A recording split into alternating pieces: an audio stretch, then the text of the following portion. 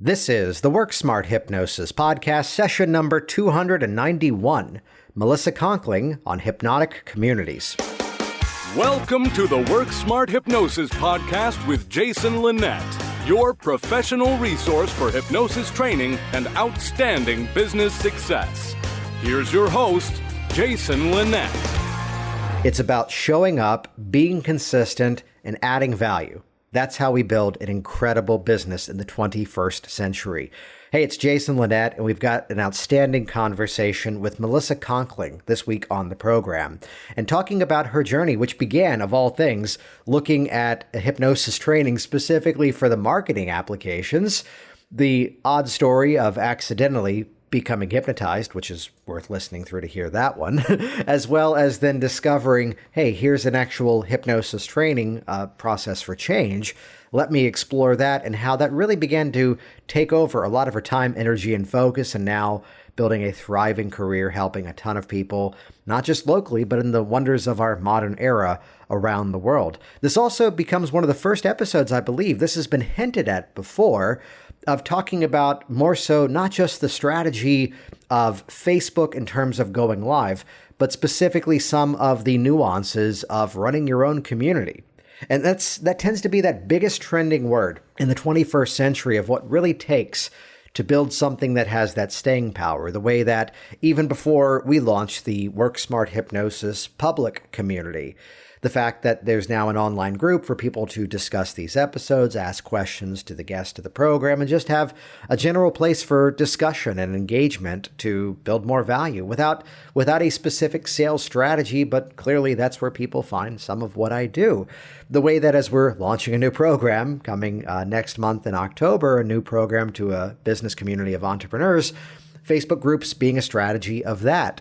Or look at the fact that very often you might end up on the opposite side of this, buying a program and maybe as a bonus, there's a private community attached to that to get further support along the way. This is becoming one of the trending things to do right now.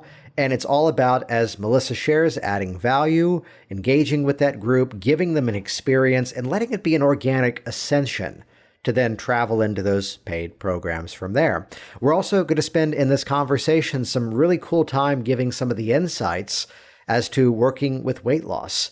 How it's not just the eat this, not that, how it often comes down to what is that identity shift that has to occur, and the missing element of so many hypnotic processes for change of habits and behaviors, looking at the confidence factor, helping the person really get to the place where they know that change is possible. As the late, great Michael Ellner used to say, that hope is realistic, and being that person who can help to facilitate that change. I'd share what's great about this conversation is that many of you might not yet know Melissa's work, and definitely check her out. She's doing a lot of really great stuff, not just for her clients and her own business, but also for our industry as well. And that's why I invited it on here. So listen, take notes, and put this stuff to use as well. For more on your hypnosis business, you can find, again, the links on the show notes at worksmarthypnosis.com to check out the work that Melissa is doing, see access to some of the projects that she's got in the works there too. Also, while you're there, check out hypnoticbusinesssystems.com. That's the all-access pass to my hypnosis business training library, featuring done-for-you marketing campaigns, step-by-step tutorials, and the real secrets behind a thriving multiple six-figure hypnosis business. And again, as we say this privately, what we like to call physiological states of influence, the fact that I'm now leaning in and making small gestures brings my voice to the place of letting you in on a secret. If you want a sneak peek of exactly what's coming next inside of the entire Jason Linett world, head over to hypnohacks.com. That's where you can get on the list to be the first to know as a brand new business podcast with hypnotic principles is launching very soon. It's going to be awesome. Check that out, hypnohacks.com. And with that, let's jump directly into this phenomenal conversation. Here we go, episode number 291. Melissa Conkling on Hypnotic Communities. It was actually taking a marketing class called Hypnotic Marketing. Oh, nice. And from there, I became interested in it. It was taught by the person I ended up doing all of my training through. And I realized as soon as I had signed up for the class that I had just missed her intro to hypnosis class. So I signed up for the next one that was in a few months and was super excited. I kind of took all of her courses because they're all business related, but Yeah. with the hypnosis background. So by the time her intro to hypnosis class came around, I was pretty much already somewhat confident that I wanted to go ahead and do my certification and training and all of that. And then, like, day one of the actual class, I was like, okay, sign me up. Nice. And then that's pretty much how it all started. Yeah. What I love about that is that this is a good sort of helpful tip in terms of how we look about the actual process of learning. So many people come in and they might not necessarily originally have that goal of, I want to open up shop and ask strangers to close their eyes so I can help them. To badly paraphrase what we do. That people come in. What was that draw of the marketing of the class? I was working for a direct sales company and I had just joined the company. I was like, oh, that class sounds cool. And that was pretty much it. But then, like, as soon as I watched her video about that class, I was like, what's going on here? What is this all about? Because obviously I had seen hypnosis in stage hypnosis and all that kind of stuff, but I didn't know too much about it. But I was immediately intrigued with just how it works. Yeah. Was there something specific, let's say, from the marketing applications of it that really stuck with you and kind of inspired that entire journey? It was actually an experience that I had in the class. Yeah. How so? Where I may have accidentally been hypnotized. And I was someone that always thought I couldn't be hypnotized. Mm-hmm. So I was intrigued, to say the least. I've got to get more detail there. When you say accidentally, like, here was a moment where just from the patter of it and suddenly there you were? Or? Yep. I was actually on a flight home and decided to splurge for the Wi-Fi so I could watch the course because I had been on vacation for the first day and wanted to catch up. Yeah. So I'm on the flight and I always fall asleep on planes as it is. So I thought I was sleeping, except when it ended, I realized that I remembered every word. Nice. So I messaged her. And at this point in time, I had never spoken with her at all. I messaged her. I'm like, what's that all about? Yeah. And she's like, yeah, you were hypnotized. So yeah. If that's not something that gets you intrigued, I'm not sure what would. Yeah. So out of curiosity, what was the career path before that? I have always worked in real estate. My education is all in theater. Oh, nice. So, yeah. What part of theater? More theater history, criticism, dramaturgy type stuff. Okay. Yeah. Because part of my story was being the production stage manager and balancing that out, figuring out in our theater company when the dramaturgs were allowed in the room. And when the director goes, I don't want to be told I'm wrong, just keep them out. I'm like, that's why they should be here. Exactly. Yeah.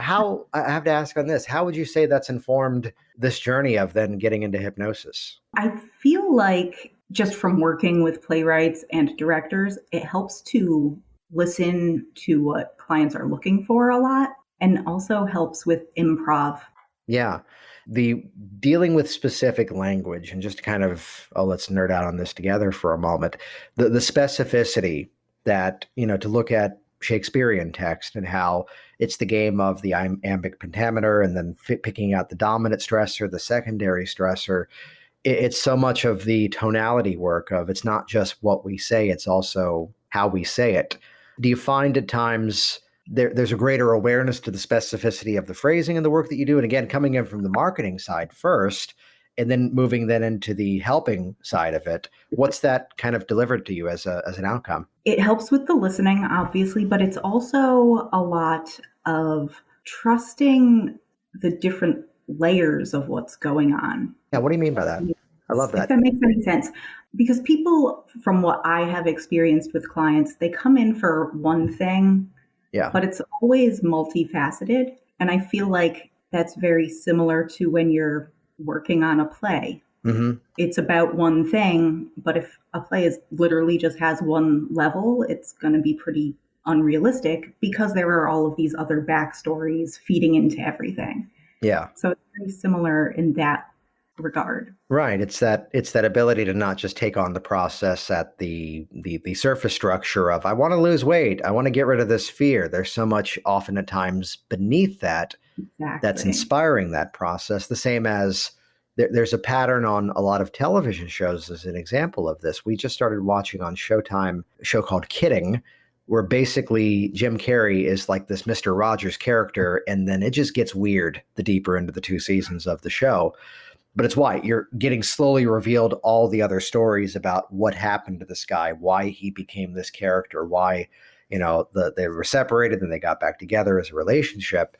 And to see that in many ways, how so much of this starts to blend together. So looking at the client from more of these angles, right? Yeah, exactly. Yeah. And one of the things I work with a lot is weight loss, and everyone comes in for weight loss, but that's usually not the actual thing they're trying to change. Yeah. What direction does that usually go instead for you, would you say? Most of the clients I have worked with, it's all a matter of confidence, self-doubt, because people have tried so many different diets and they literally don't think they can succeed anymore. Yeah. And that overflows into other areas of their lives. So then what's part of that approach for you in terms of, let's say, addressing that? I like to work on getting rid of those limiting beliefs, block removal from figuring out things that you may not even know are there, or sometimes you know what the problem is and what's holding you back, but you don't. Yeah. That's usually where I start, and I like to focus on that.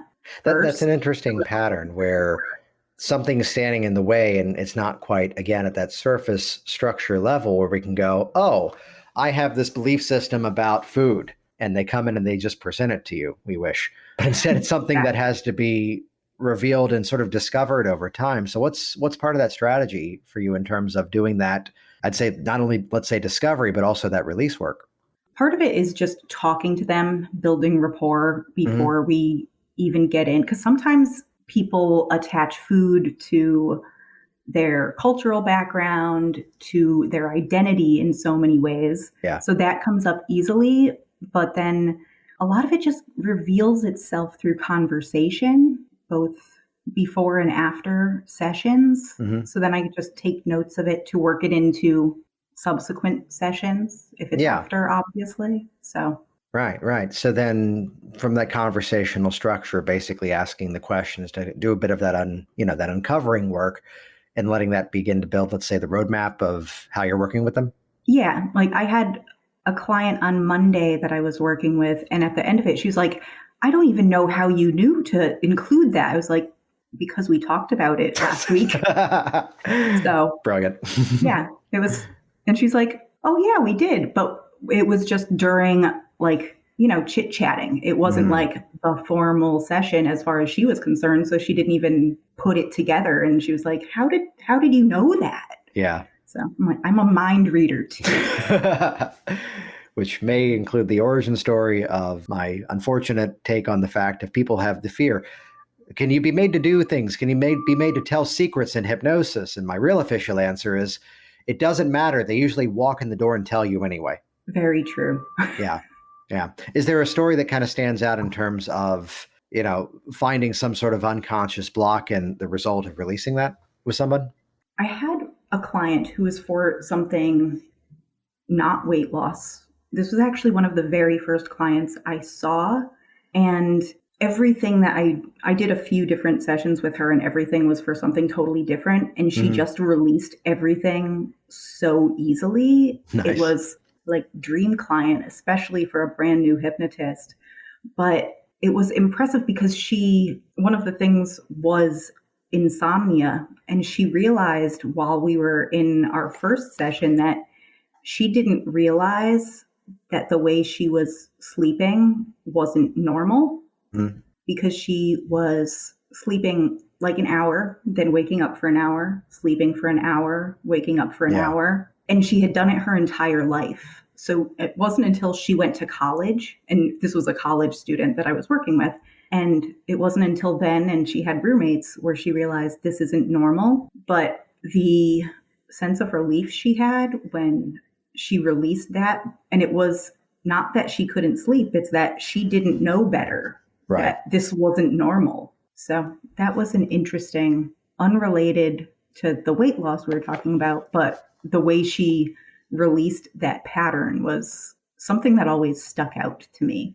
Yeah, which briefly, there's the quick story. This is like one of my very first months of working with people. And a similar thing that she had come in for. This actually was a guy who'd come in for sleep patterns of I'd wake up, I'd go back to sleep, I'd wake up, I'd go back to sleep. And we worked on that.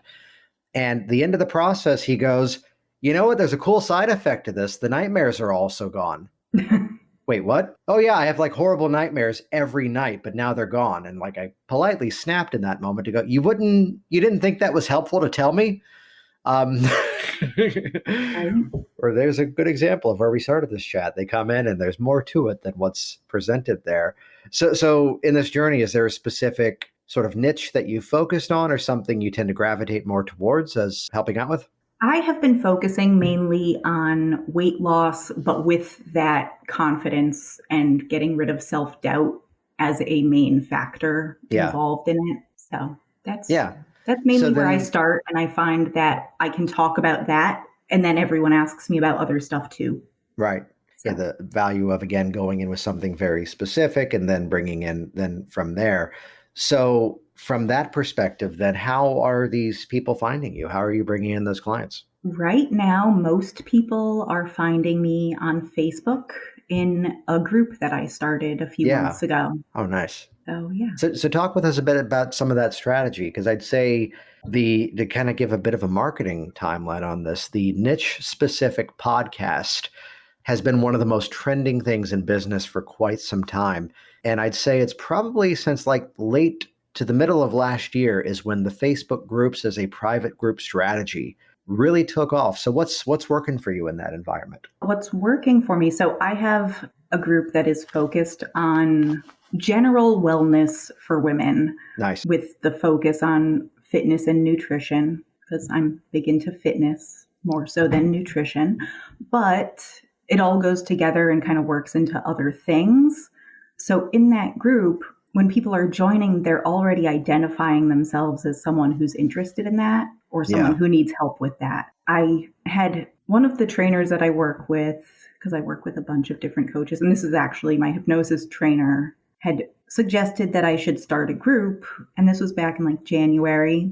I was like, but what about? I don't know how to run a Facebook group. So I literally started a group and had no idea what to do with it, and then found a training on building Facebook groups. And it was all about picking a theme for the group, not necessarily a super narrowed down niche, but a theme. Yeah. So it can be a broad audience, but people are identifying themselves as interested in what I offer. So it's all automatically warmish leads.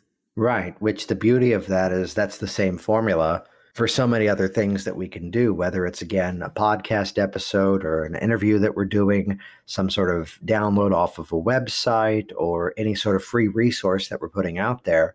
So this is really beginning for you as that sort of, let's call it out, service first approach of providing value.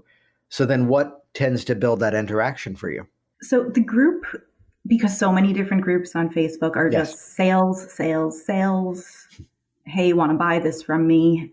And this group is not like that at all. Yeah. It's really all about like just talking, like posting something every day, asking a question about health and fitness or just about life in general to build up rapport with people, to build conversation, to keep people coming to the group anyway. And then from there, like got to know people as much as you can on Facebook and building relationships, and then feeding in little challenges and little mini trainings here and there, and then kind of going from there. Right. What's beautiful of what you're talking about there is how it's about really building that organic engagement, building that rapport with people, building the value first. So then how does that then pivot for you, let's say, into the actual now where they're working with you? Which are they working one-to-one? Is it a group format? What's kind of your format there? So I start off with the free 3-day challenge, and I also do free hypnosis things here and there, but more a 3-day challenge because it's focused on the fitness and nutrition and building consistency with that, which is what everything is all about anyway. Yeah. So it's a free 3-day thing. And then from there, I launch a group program, and then the group leads into working with people one-on-one. Nice. Which is a very organic sequence. And along the way, I'm sure making it a point to provide value the whole way through, right? Absolutely. Yeah.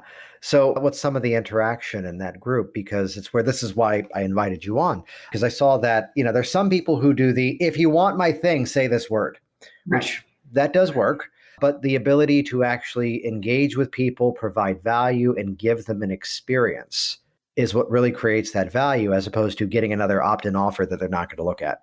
So what's working for you right now inside of that?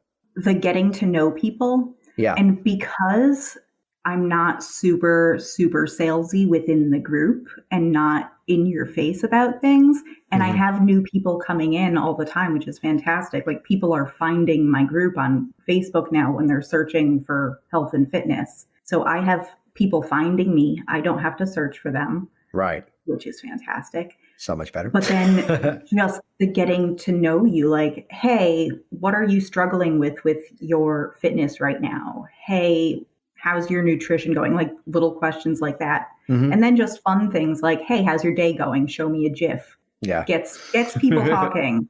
It gets people talking more than, hey, want to buy this. Right. Because that's where people bow out. That's where it becomes something that they're just not interested in, and better to work with that audience that already knows you. So are they mostly then coming in for you specifically for weight loss, or is there variation from that? So the group program I'm running is just about health in general. It kind of depends on who's in the group. If everyone is focused on weight loss, I kind of gear it towards that, but not everyone is. Some people don't need to lose weight, but know they need to be healthier. So it's kind of all over with that. It's broad, which is good. I like that. Yeah. And we were chatting right before we jumped on here about how most of the work you're doing, if not all of it, it's all online now, right? Yes. Yeah. Yes. How's that going for you? I like it. I'm a fan. There's just something easier for me and more comfortable working with the clients by Zoom, and they are more comfortable as well. Like, I was seeing clients in person before we all started working from home anyway, and I switched some of them over to Zoom, and they're like, oh, I kind of like this better. I'm like, hey, me too. So. Well, it's that there's a phrase I think it was a referral I ended up passing to Kelly T. Woods out in Washington a while ago, that someone had called in for something, and the dialogue got onto the fact it was a very specific thing for a kid. And I'm like, hey, this is who I would call to ask, what should I do? You should just call her instead. Just do it in the afternoon. That way it's morning for her, 3-hour time difference. And what the phrase that suddenly popped out of my mouth, and I had never said before, was they were calling on behalf of like their 10 or 11-year-old child. And the phrase was, your kid is probably more comfortable with this concept than you are. And as soon as I said it, it became, oh, wait, that's right. There's a generational thing that's happening here. But meanwhile, I've seen everything from 18 years old to the woman who was 84 years old that I was terrified of now mentioning Zoom to her. And she goes, I hope you use Zoom. It's what I use to talk to my grandkids. And she had a better tech setup than I do. She liked Zoom because she could save the videos. Yep. Yeah. So it's where we got thrust into this online platform, a lot of people over the course of the last 6 or 7 months, of course, this year.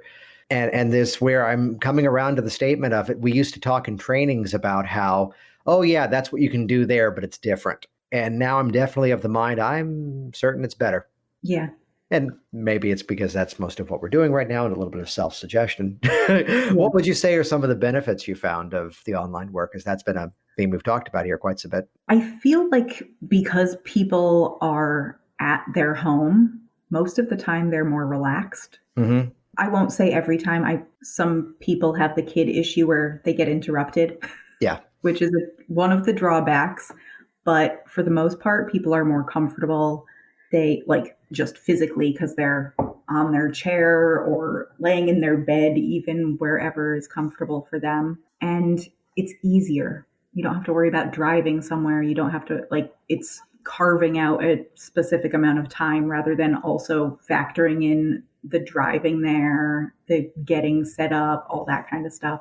So I feel there's also like this greater intimacy to it because as we're there, even though we might be playing the game of, do I look at the screen or do I look at the camera? There's a closer proximity to it, which is an Yeah. odd statement, even though the fact that, a client session this morning, somebody who it was early morning for me, it was evening for him in Australia. And definitely the not having to do that commute is rather nice, even though it's just not an option right now this year.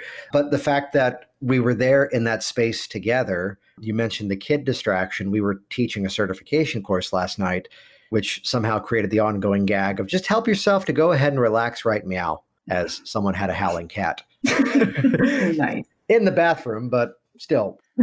Oh boy. How do you have any strategies around those distractions as they might occur? I will say it hasn't happened too many times. I had a client last week whose daughter stormed in like about 5 minutes before we were done with the session, and she jumped about a mile. So, but then it was like once she convinced her 4-year-old to leave her alone for 5 more minutes, then everything was fine. And we just finished up. And as soon as I was like, just tell her 5 more minutes, she's like, okay, 5 more minutes. Mm-hmm. And then the daughter left and everything was okay. And we finished up and it was good. But I've had several moments of someone wanders in and I just smile and wave and continue onward from there. Yeah. So then looking at the nature of the work that you've been doing, where here's a lot of the focus on weight loss, here's a lot of the focus on driving. Are the groups what's bringing in most of the people for you? Are you branching beyond that as well? Or what's kind of the shape of getting those clients to find you and then come in? right now it's been mostly my group and then just my normal personal Facebook page as well. Yeah. For the most part. Yeah, talk about some of the strategy on the personal side, if you don't mind. Just going live, Mhm. talking about different things that I personally have experienced, things that are happening in the group program I'm doing. I've been talking about a little bit in lives. I'm starting to do those more because they always end up, when I'm doing them consistently, bringing in a lot of people. Yeah. Because people don't ever see the first one. They see Right. like the fourth one, and then they go back and watch the other ones. Yeah. So That's an being amazing. consistent with that. As I'm doing 3-day challenges on consistency for fitness, I'm also being consistent on my Facebook page. That brings up one of the beautiful things, which I had to yell at somebody respectfully that I was doing a live event with a couple of weeks ago, who, as we launched, about 5 minutes in, suddenly goes, "Yeah, but just for the 18 of you watching right now." I'm like, don't ever do that.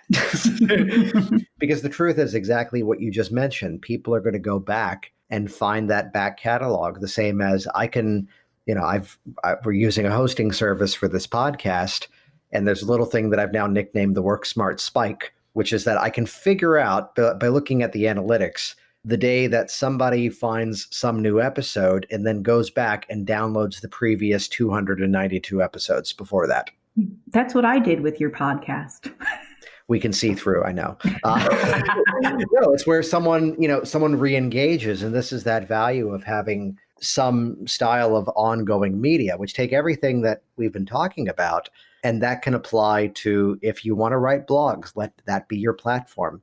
If you want to podcast, this we were chatting before we jumped in, that this brings me clients too. Yes, they call up and go, I'm not the audience, am I? And it's part of why we have another one coming out in October, in addition to this one. We're not busy enough. So whether it's the ongoing, Facebook Live, social media post, pick a platform and just do it. What was that like for you in the early stages of getting that up in motion before this became that sort of ongoing momentum for you? With my group specifically? Well, let's say with either the groups are going live and, getting that momentum into you in terms of the marketing triggers, or what we call frequency and recency. What was that like, getting that in motion for you?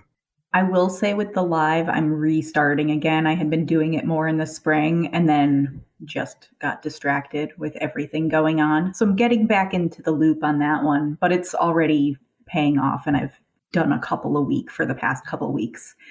I feel like one of the things that I have is that, like, seeing the little eyeball with how many people are watching always has that, hey, why aren't people watching me? But then you look an hour later and it's like, oh, like 100 people have watched this already. Cool.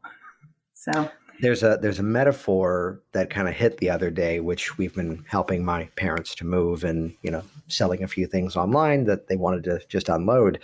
And it's almost the eBay metaphor that you post something at first and then you get discouraged the first day because no one does anything to it. Mm-hmm. And then maybe it sits there and like maybe 40 people click that they want to watch the item. And then actually there's an old baseball card of my dad's that's closing out today. And to see that, oh, wow, it just jumped from $40 as the bid to 380 with a few hours to go. And that sort of momentum of, because that's an event, because that's a thing that's happening in real time. But the difference is from the marketing side with Facebook Live or, YouTube Live or any of these platforms, the podcast as it comes out.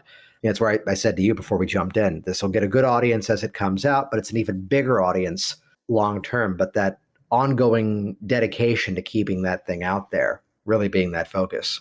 Yeah, absolutely. So then looking at the state of where things are at the moment for you, would you say it's a goal to keep up with the same thing, to eventually play with the strategy of multiple groups perhaps, or where's the focus right now?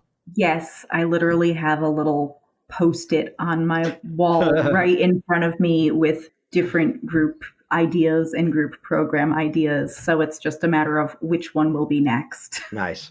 Nice. And out of curiosity, is it a big maintenance job for you? Or is it just something you have to check in on every now and then? It's not too much maintenance. The main thing is when I'm posting, just sticking around for the first 15 minutes so I can comment right away on other people's comments, because then it builds itself. Right. Yeah.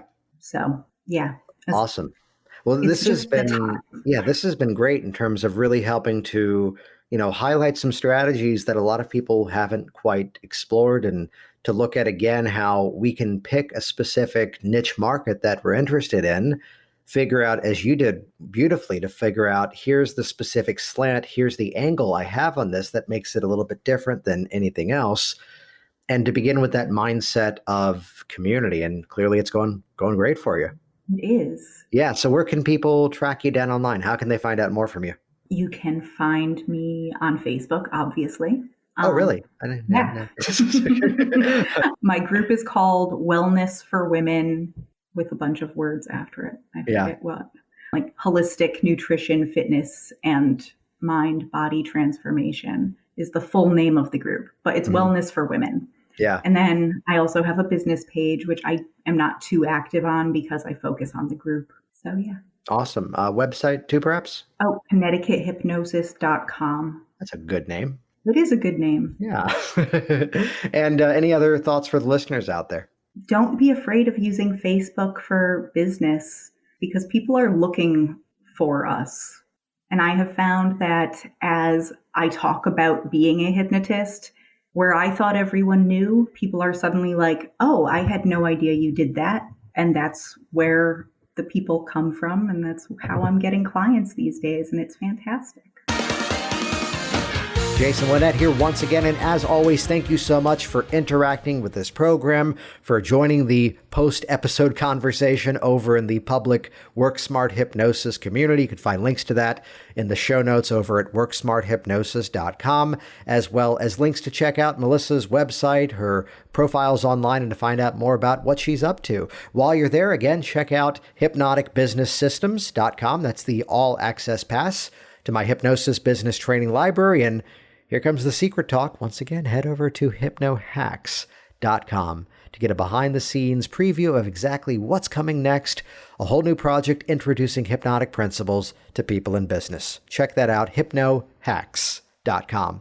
It's Jason. Stay safe out there. See you all soon. Thanks for listening to the WorkSmart Hypnosis podcast at WorkSmartHypnosis.com.